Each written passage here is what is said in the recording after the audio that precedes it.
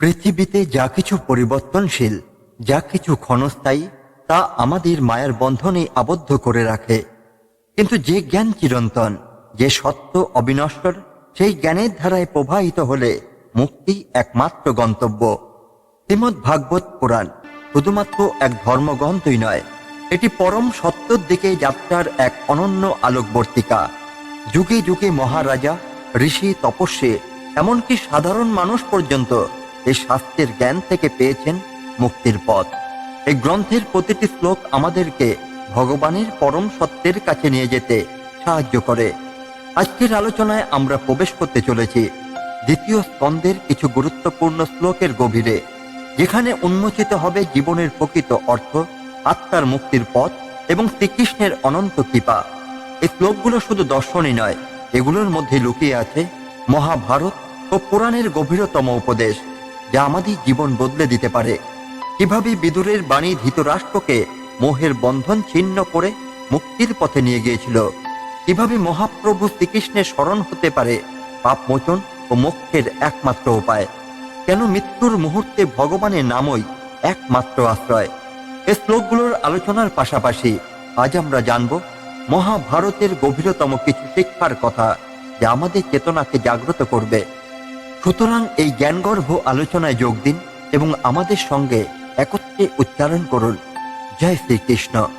যারা এখনো আমাদের চ্যানেলে নতুন, তারা সাবস্ক্রাইব করুন, লাইক দিন এবং ভিডিও শেষে কমেন্টে লিখুন, হরিনাম সংকীর্তনই জীবনের পরম সত্য।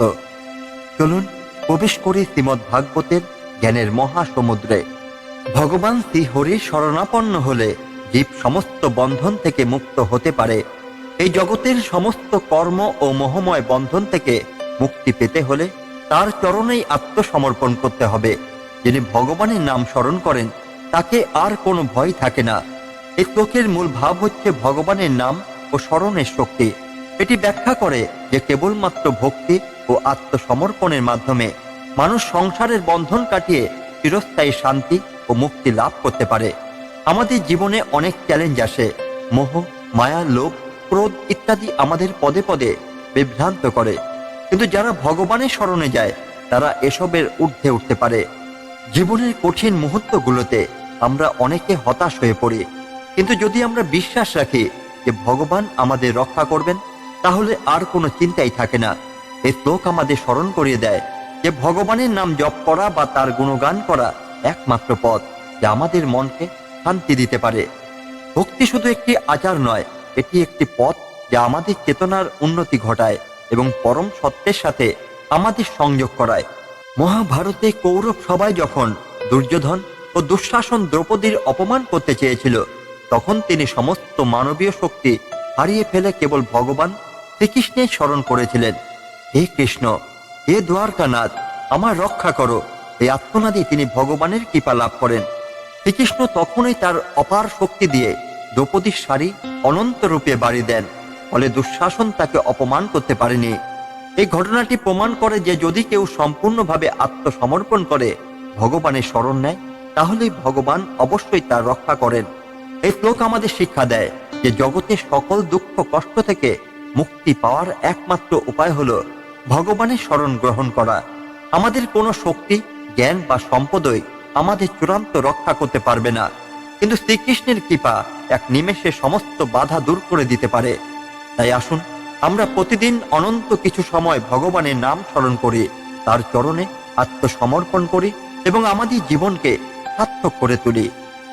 কৃষ্ণ ভক্ত বিদুর ও ধৃতরাষ্ট্র কিভাবে মোক্ষ লাভ করেছিলেন, এই গল্পটি মহাভারতের পরবর্তী সময়ের ঘটনা, যেখানে মহারাজ যুধিষ্ঠির রাজত্ব করছেন আর ধৃতরাষ্ট্র, গান্ধারী ও কৌরবদের পরাজয়ের পর হস্তিনাপুরে অনাহুত অতিথির মতো বসবাস করছেন। বিদুর, যিনি কৃষ্ণ ভক্ত এবং ধর্মজ্ঞ, ধৃতরাষ্ট্রকে প্রকৃত সত্যের পথ দেখিয়েছিলেন।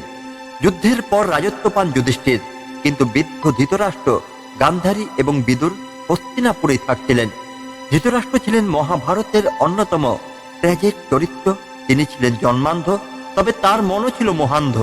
সারা জীবন রাজত্ব ও ক্ষমতার লোভে বিভোর ছিলেন, কিন্তু সব হারানোর পরও তিনি সেই মোহ থেকে মুক্ত হতেই পারছিলেন না।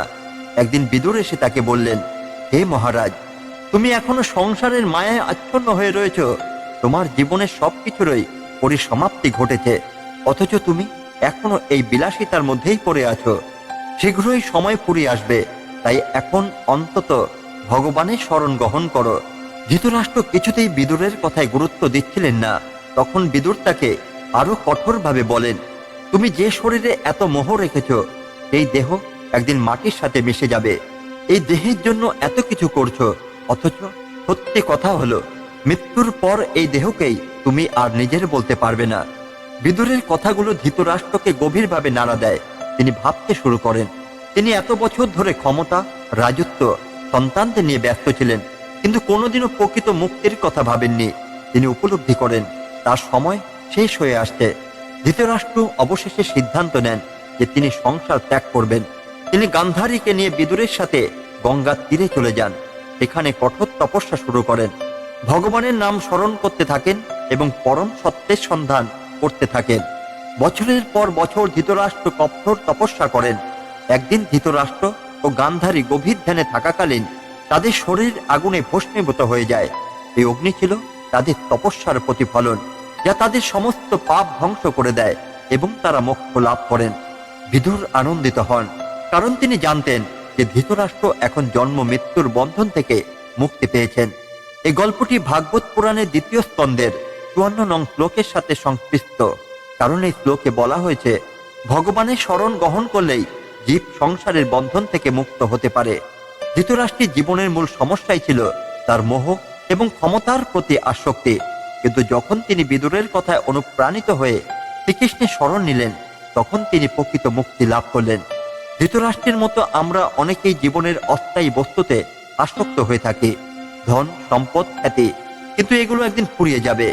মৃত্যুর আগে ধৃতরাষ্ট্র বুঝিয়েছিলেন কেবল ভগবানের নাম স্মরণ করাই পরম মুক্তির পথ।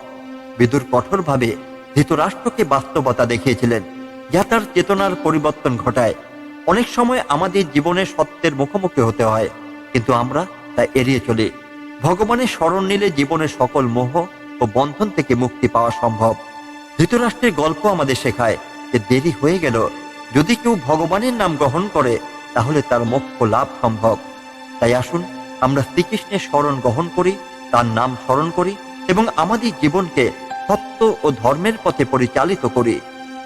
ভক্তি ও ভগবত স্মরণের মাধ্যমে যে ব্যক্তি জীবনের সমস্ত কর্মফল ত্যাগ করে, সে অনায়াসে মোক্ষ বা পরম মুক্তি লাভ করে। ভগবানের প্রতি একনিষ্ঠ ভক্তি সকল পাপ ও বন্ধনের শৃঙ্খল থেকে মুক্তির একমাত্র উপায়। এ শ্লোকে বলা হয়েছে, ভক্তি ও ভগবত স্মরণের মাধ্যমে জীব তার জন্ম মৃত্যুর বন্ধন থেকে মুক্ত হতে পারে। সাধারণত আমরা জীবনে বিভিন্ন কর্ম করি, সেগুলো হয় পুণ্য নয়তো পাপ, কিন্তু যতক্ষণ না পর্যন্ত আমরা কর্মফলের আসক্তি ত্যাগ করি, ততক্ষণ পর্যন্ত আমরা পুনর্জন্মের চক্রে আবদ্ধ থাকি। ভগবান শ্রীকৃষ্ণ গীতাতেও বলেছেন, সর্বধর্মান পরিত্যাজ্য মম একং শরণং ব্রজ, অর্থাৎ সকল ধর্ম, কর্তব্য ও বন্ধন ত্যাগ করে কেবল আমার শরণ নাও, তাহলে আমি তোমাকে সমস্ত পাপ থেকে মুক্তি দেব।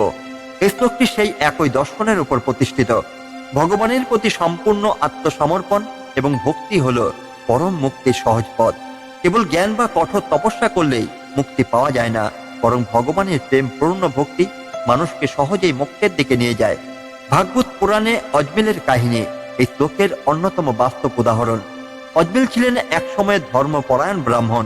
তিনি নিয়মিত শাস্ত্র পাঠ করতেন এবং ধর্মীয় জীবন যাপন করতেন, কিন্তু একদিন তিনি এক অবৈধ সম্পর্কের প্রতি আকৃষ্ট হন এবং ধীরে ধীরে তার ধর্ম জীবন ছেড়ে সংসার ও ভোগবিলাসে ডুবে যান। তিনি বহু বছর ভগবানকে ভুলে সংসারী জীবনে নিমজ্জিত ছিলেন এবং বহু পাপাচারে লিপ্ত হন। কিন্তু তার শেষ জীবনে যখন মৃত্যু আসন্ন, তখন যমদূতেরা তাকে নিতে আসেন। ভয়ে কাঁপতে কাঁপতে তিনি তার ছোট ছেলের নাম ধরে ডাকলেন, নারায়ণ। কিন্তু যেহেতু নারায়ণ হলো স্বয়ং ভগবান বিষ্ণুর নাম, তাই সেই নামোচ্চারণেই তার সমস্ত পাপ ধুয়ে দেয়। বিষ্ণু দূতেরা এসে যমদূতদের বাধা দেয় এবং বলেন, যে ব্যক্তি ভগবানের নাম একবার উচ্চারণ করে সে সকল পাপ থেকে মুক্ত হয়। অজমিল সেই মুহূর্তে উপলব্ধি করেন যে সারা জীবন তিনি ভুল পথে গিয়েছিলেন। তিনি অনুতপ্ত হন এবং পরবর্তী সময়ে কাশীতে গিয়ে কঠোর ভক্তি ও তপস্যার মাধ্যমে মোক্ষ লাভ করেন। ভগবানের নাম স্মরণই মোক্ষের মূল চাবিকাঠি। জীবন যত পাপময় হোক না কেন, একমাত্র ভক্তি সমস্ত বন্ধন থেকে মুক্তি দিতে পারে। মৃত্যুর আগেই ভগবানের শরণ নেওয়া উচিত, যাতে মৃত্যুর পর কোনো বাধা না আসে। এই শ্লোকের মূল শিক্ষা হলো ভগবানের প্রতি একনিষ্ঠ ভক্তি এবং নাম স্মরণই জীবের পরম মুক্তির একমাত্র পথ।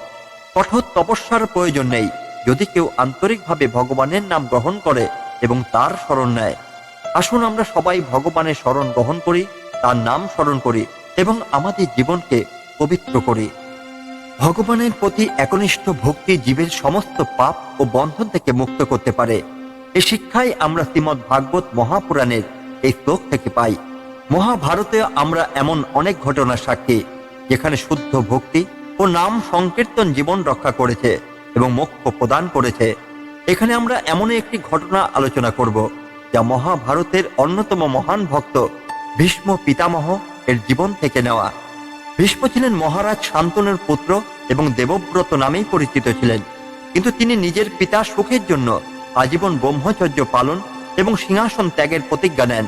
তার এই অটল প্রতিজ্ঞা ও ত্যাগের জন্যই দেবতারা তাকে আশীর্বাদ করেন যে তিনি ইচ্ছা মৃত্যু লাভ করবেন। মহাভারতের কুরুক্ষেত্র যুদ্ধের সময় ভীষ্ম কৌরবদের পক্ষ থেকে যুদ্ধ করছিলেন, কিন্তু তিনি হৃদয় ছিলেন ভগবান শ্রীকৃষ্ণের একনিষ্ঠ ভক্ত। যুদ্ধের নবম দিনে তীরের আঘাতে ভীষ্ম শরশয্যায় পতিত হন। যুদ্ধের পরবর্তী 58 দিন তিনি শরশয্যায় শুয়েছিলেন, কারণ তিনি উত্তরায়ণ সূর্যোদয়ের সময় মৃত্যুবরণ করতে চেয়েছিলেন, যা শাস্ত্রমতে মোক্ষের জন্য উপযুক্ত সময়। ভীষ্মের মৃত্যুর সময় উপস্থিত হলে তিনি ভগবান শ্রীকৃষ্ণের প্রতি সম্পূর্ণ মনোনিবেশ করেন এবং তাকে স্মরণ করতে থাকেন। ভীষ্ম ভগবানকে তার চেতনায় পূর্ণরূপে গ্রহণ করেন এবং তার মহিমার গুণগান করেন। তিনি বলেন, হে কৃষ্ণ, তোমার চরণ ও কমল স্মরণ করেই আমি আমার দেহ ত্যাগ করতে চাই। তুমি পরম ব্রহ্ম, পরম ধাম এবং সমস্ত সৃষ্টির কারণ। তোমার নাম স্মরণ করেই যেন আমি মুক্তি লাভ করতে পারি। শ্রীকৃষ্ণ নিজে তখন ভীষ্মের সামনে দাঁড়িয়েছিলেন। তার মুখ থেকে ভীষ্মের শ্রদ্ধা ও ভক্তির স্তব শুনছিলেন। ভীষ্ম যখন শেষ নিঃশ্বাস ত্যাগ করলেন, তখন শ্রীকৃষ্ণ স্বয়ং তার চরণ স্পর্শ করলেন এবং তাকে আশীর্বাদ করলেন। তখনই দেবতারা স্বর্গ থেকে ফুল বর্ষণ করলেন, কারণ এক সত্যিকারের ভক্ত ভগবানের স্মরণে দেহ ত্যাগ করলেন। শ্রীমদ্ ভাগবত পুরাণের এই শ্লোকের মূল ভাবনাই এখানে প্রকাশিত হয়েছে। ভগবানের প্রতি একনিষ্ঠ ভক্তি জীবকে সমস্ত বন্ধন থেকে মুক্তি দেয় এবং মোক্ষ দান করে। ভগবানের নাম স্মরণই পরম মুক্তির পথ। শুদ্ধ ভক্তি সমস্ত পাপ ও জন্ম মৃত্যুর বন্ধন থেকে মুক্ত করতে পারে। ভীষ্মের মতোই আমাদের জীবনের শেষ মুহূর্ত পর্যন্ত কৃষ্ণকে স্মরণ করা উচিত। ভীষ্ম পিতামহ মহাভারতের অন্যতম শ্রেষ্ঠ চরিত্র, যিনি নিজের পবিত্র ভক্তি এবং ভগবানের স্মরণ দ্বারা মোক্ষ লাভ করেন। তার জীবনের এই অধ্যায় শ্রীমদ্ ভাগবতের এই শ্লোকের মর্মার্থকে স্পষ্টভাবে প্রকাশ করে।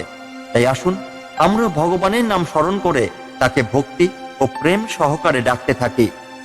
যে ব্যক্তি একনিষ্ঠ ভক্তির মাধ্যমে সর্বদা ভগবান নারায়ণের নাম স্মরণ করে, তার সকল পাপ নষ্ট হয় এবং সে মুক্তির পথে অগ্রসর হয়। ভগবানের চরণ স্মরণ করাই পরম কল্যাণের পথ। এই শ্লোকে শ্রীমদ্ ভাগবত মহাপুরাণ এক গুরুত্বপূর্ণ তত্ত্ব উপস্থাপন করছে। ভগবানের চরণ স্মরণ ও নাম জপের মাধ্যমে ভক্তের সমস্ত পাপ ক্ষয় হয় এবং সে মুক্তির পথে এগিয়ে যায়। শাস্ত্রমতে মানুষের জন্ম মৃত্যুর বন্ধন থেকে মুক্ত হওয়ার একমাত্র উপায় হল ভগবানের নাম গ্রহণ করা ও তার প্রতি সম্পূর্ণ আত্মসমর্পণ করা। ভক্তি যোগের সর্বোচ্চ স্তর হল ভগবানের প্রতি একনিষ্ঠভাবে মনোনিবেশ করা। পাপ মুক্তির একমাত্র উপায় হল ভগবানের নাম স্মরণ করা। শাস্ত্রে বলা হয়েছে, হরি নামেই সকল পাপ দূর হয়। যে ব্যক্তি নিষ্ঠা ভরে ভগবানকে স্মরণ করে, তার আর পুনর্জন্মের প্রয়োজনই হয় না।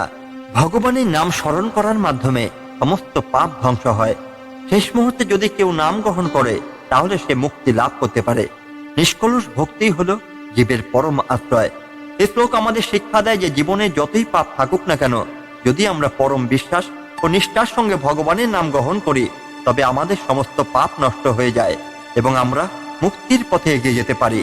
তাই আসুন আমরা প্রতিদিন শ্রীকৃষ্ণের নাম জপ করি এবং ভগবানের চরণে আত্মসমর্পণ করি। কৌরব পাণ্ডবদের মহাযুদ্ধ শেষ হয়েছে বহুদিন আগেই। দুর্যোধন ও তার সকল ভ্রাতা কুরুক্ষেত্রের রণাঙ্গনে নিহত হয়েছে। হস্তিনাপুরের সিংহাসনে বসেছেন ধর্মরাজ যুধিষ্ঠির। রাজসভায় তখনও প্রবীণ ধৃতরাষ্ট্র আছেন। কিন্তু তিনি এখন নিঃসঙ্গ শোকে আচ্ছন্ন। রাজ্য, সম্পদ, ক্ষমতা সবই ধৃতরাষ্ট্রের হাতে ছিল, কিন্তু তার জীবনের শেষ সময়ে তিনি ছিলেন এক অসহায় বৃদ্ধ, রাজ্যের করুণ অতিথি মাত্র। ঠিক এমন সময় হস্তিনাপুরে ফিরে এলেন মহাজ্ঞানী বিদুর। বিদুর ছিলেন ধৃতরাষ্ট্রের ভাই, কিন্তু জন্মগতভাবে শূদ্র হওয়ার কারণে তিনি রাজ সিংহাসনে বসতে পারেননি। তবে জ্ঞান ও নীতির দিক থেকে তিনি ছিলেন মহাজ্ঞানী এবং ধৃতরাষ্ট্রের চেয়ে বহু গুণ শ্রেষ্ঠ। বিদুর রাজপ্রাসাদে প্রবেশ করলেন এবং ধৃতরাষ্ট্রকে দেখলেন। এক পর্যায়ে যিনি ছিলেন এক পরাক্রমশালী রাজা, আজ তিনি রাজপ্রাসাদের এক কোণে নির্ভরশীল এক বৃদ্ধ। বিদুরের অন্তর কেঁদে উঠল। বিদুর আর দেরি করলেন না, তিনি ধৃতরাষ্ট্রকে উদ্দেশ্য করে বললেন, রাজন, তুমি কি জানো তুমি এখন কি অবস্থায় আছো? একসময় তোমার আদেশে রাজ্যের সমস্ত মানুষ কাঁপত, কিন্তু আজ তুমি পরের করুণা ছাড়া চলতেই পারো না। শোনো, মৃত্যু তোমার ঠিক পাশেই দাঁড়িয়ে আছে, আর তুমি এখনো মোহে আবদ্ধ। সিংহ যেমন বনে একাকী চলে, জ্ঞানী ব্যক্তি তেমনি সংসার ত্যাগ করে পরম সত্যের সন্ধানে বেরিয়ে পড়ে। সংসারের মোহ আর রাজ্যের লোভ ত্যাগ করো, হে ধৃতরাষ্ট্র।